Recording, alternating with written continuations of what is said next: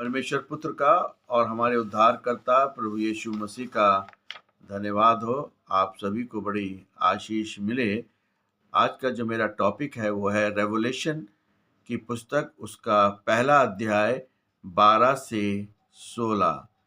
प्रकाशित वाक्य 1:12 to 16। ये 5वां वीडियो है और यहाँ पे परमेश्वर के वचन में इस प्रकार से लिखा हुआ है, तब मैं उसे जो मुझसे बोल रहा था देखने को मुड़ा और फिर कर मैंने सोने के 7 दीपदान देखे और उन दीपदानों के मध्य मनुष्य के पुत्र सदृश एक पुत्र को देखा, जो पैरों तक चोगा पहने और छाती पर एक सुनहरा पटका बांधे हुए था। उसका सिर तथा उसके बाल ऊन सदृश श्वेत और हिम के समान उज्ज्वल थे और उसकी आंखें आग की ज्वाला के सदृश थी।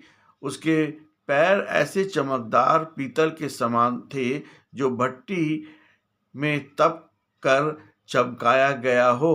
उसकी वाणी महाजलनाद जैसी थी और वह दाहिने हाथ में 7 तारे लिए था और उसके मुख से 2 धारी तलवार निकलती थी। उसका मुखमंडल मध्याह्न के सूर्य के सदृश चमक रहा था। बहुत ही सामर्थी वचन है जो कि प्रकाशित वाक्य में पाया जाता है।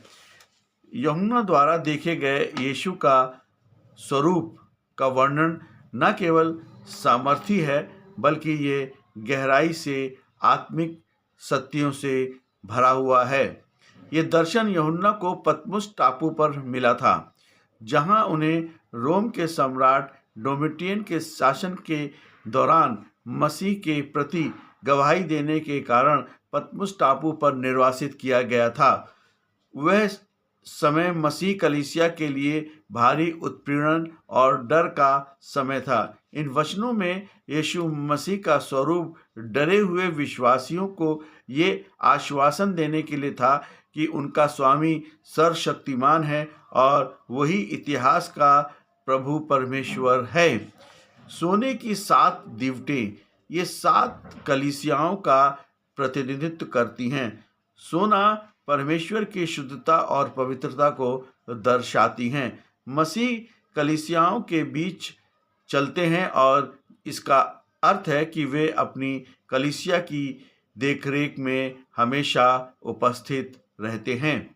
मनुष्य के पुत्र जैसा ये दर्शाता है कि यीशु मसीह पूरी तरह परमेश्वर और मानव बने ताकि वे हमारे दर्द और कष्टों को समझ सके। पैर तक वस्त्र और छाती पर सोने का पटका, ये एक महायाजक और राजा के वस्त्र हैं। ये दिखाता है कि यीशु मसीह मध्यस्थता करते हैं और शासन करते हैं। सिर और बाल सफ़ेद यानी कि ऊन और हिम जैसे सफ़ेद रंग शुद्धता और अनंत काल के जीवन को दर्शाता है। ये दर्शाता है कि यीशु मसीह प्राचीन है और उसका ज्ञान असीम है यानी कि असीमत है। आंखें जो है आग जैसी, यह है न्याय और भेदने वाली अंतर्दृष्टि यानी डिसर्नमेंट को दर्शाती है। वे हमारे हृदय के हर विचार को देखते हैं। पाँव भट्टी के तपाए हुए पीतल जैसे, पीतल बाइबल में न्याय का प्रतीक है। तपाया हुआ पीतल मसीह की पवित्रता और पाप के विरुद्ध उसके शुद्ध करने वाले न्याय को दर्शाता है। आवाज़ मानो बहुत जल का शब्द, ये उसकी शक्ति और अधिकार की विशालता को दर्शाता है जिसे कोई रोक नहीं सकता। दाहिने हाथ में 7 तारे, 7 तारे कलीसिया के दूतों को दर्शाते हैं कि वे अधिकार में सुरक्षित हैं। मुंह से निकली 2 धारी तलवार, ये परमेश्वर का वचन है जो हृदय के आर पार भेदने और आत्मिक शल्य चिकित्सा की क्षमता रखता है। यानी कि हमें आत्मिक तौर पर जो है, हमें पूरी तौर पर हमारे अंदर, हमारे जीवन में प्रभु यीशु मसीह कार्य करते हैं। मुख सूर्य के समान चमकता, ये मसीह की दिव्य महिमा है, डिवाइन, जो इतनी तीव्र है कि मानव आंखें उसे सहन नहीं कर सकती। यूहन्ना का ये दर्शन स्पष्ट करता है कि मसीह कलीसिया से दूर नहीं है।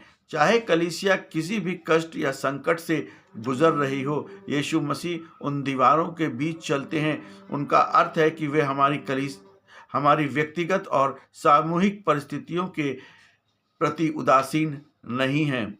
न्याय और अनुग्रह का संतुलन, यीशु मसीह का स्वरूप डरावना भी है। आग जैसे आंखें, तलवार सा वचन और साख यानी ना देने वाला महायाजक और महायाजक के वस्त्र पहने हुए हैं। ये बताता है कि वही यीशु मसीह है जो प्रेम करते हैं और वे अधर्म का न्याय भी करने वाले हैं। मसीह का सूर्य के समान चमकना ये सिद्ध करता है कि वे अंधकार पर विजय पा चुके हैं। पतमुस की गुफा में बैठे यूहन्ना के लिए ये दृश्य, ये संदेश था कि रोम का सम्राट चाहे कितना भी शक्तिशाली क्यों ना हो, अंतिम अधिकार और महिमा उसी यीशु मसीह की है जिसे उसने देखा। मसीह के हाथ में हम सब सुरक्षित हैं और मसीह का वचन हमारे जीवन के लिए सबसे बड़ा मार्गदर्शक है और न्याय का मानक है। इसलिए प्रभु यीशु मसीह पर विश्वास करें, प्रभु यीशु मसीह से अपने पापों को मान लें, अपने पापों की क्षमा मांगें और पश्चाताप करें अपने पापों का, और यीशु मसीह को उद्धारकर्ता के रूप में ग्रहण करें। यही मसीही जीवन है। आमीन।